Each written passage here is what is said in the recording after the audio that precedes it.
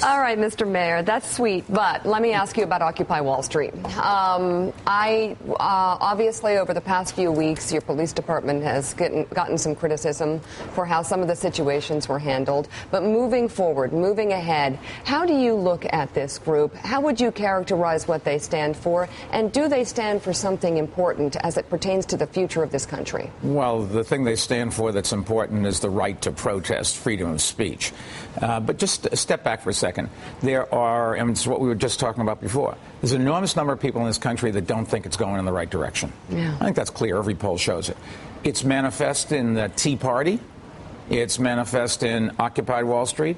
It's manifest in people not being willing to take a vacation, buy something, new house, move, whatever. And there's just a variety of different ways you can show it. If you take a look at the group in this one park that we have, it's a whole bunch of people that are just disaffected. They don't know what's wrong. They say, we don't know what we want, but we want it now, which is, I think, is as good a way of saying it as anything. Mm-hmm. That it's not their job to solve the problems. It's the job of the government and the press and those of us that have some insight on how policies affect people. But they want to be able to have something change so that their lives are going to be better.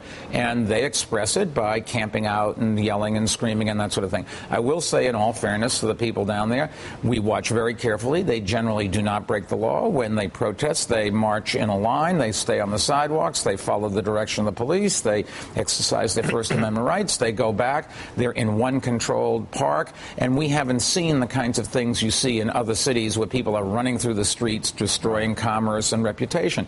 If you go one block away from this park, you would never know it exists. It's just literally in any direction, one block away. There's just nothing.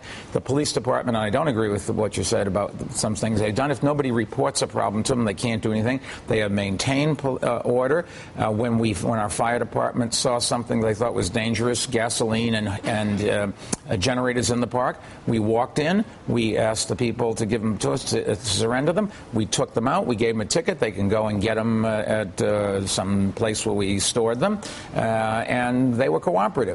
I would prefer that we open the park up to more people being able to come through. I think the park is designed to let people be there and express themselves. It's not necessarily designed for sleeping, but nevertheless, this is a part of a much bigger thing that we should really be focusing on. A legitimate movement? Pardon? A legitimate movement? It's not. I don't know what a movement is. My era, before you were born, they protested Vietnam. And I remember all the marches down Wall Street. Everybody was on to one thing: Vietnam, get out of Vietnam, get out of Vietnam. This time, if you have 200 people in a park, you'll have 200 different things they think is wrong. So there is no leadership. There's no one thing. It's the commonality is, and it's the same thing with the Tea Party and how consumers behave and business people behave. We have uncertainty. Things aren't going the way we want, and nobody seems to be able to fix them, or at least try to fix them. Mayor Seriously. Bloomberg, thank you very much. Thanks for coming being on the here. Show. Come we back. Appreciate it. Fascinating speech yesterday. Coming up this hour, we'll bring in Maryland Governor Martin O'Malley and Virginia Governor Bob McDonnell.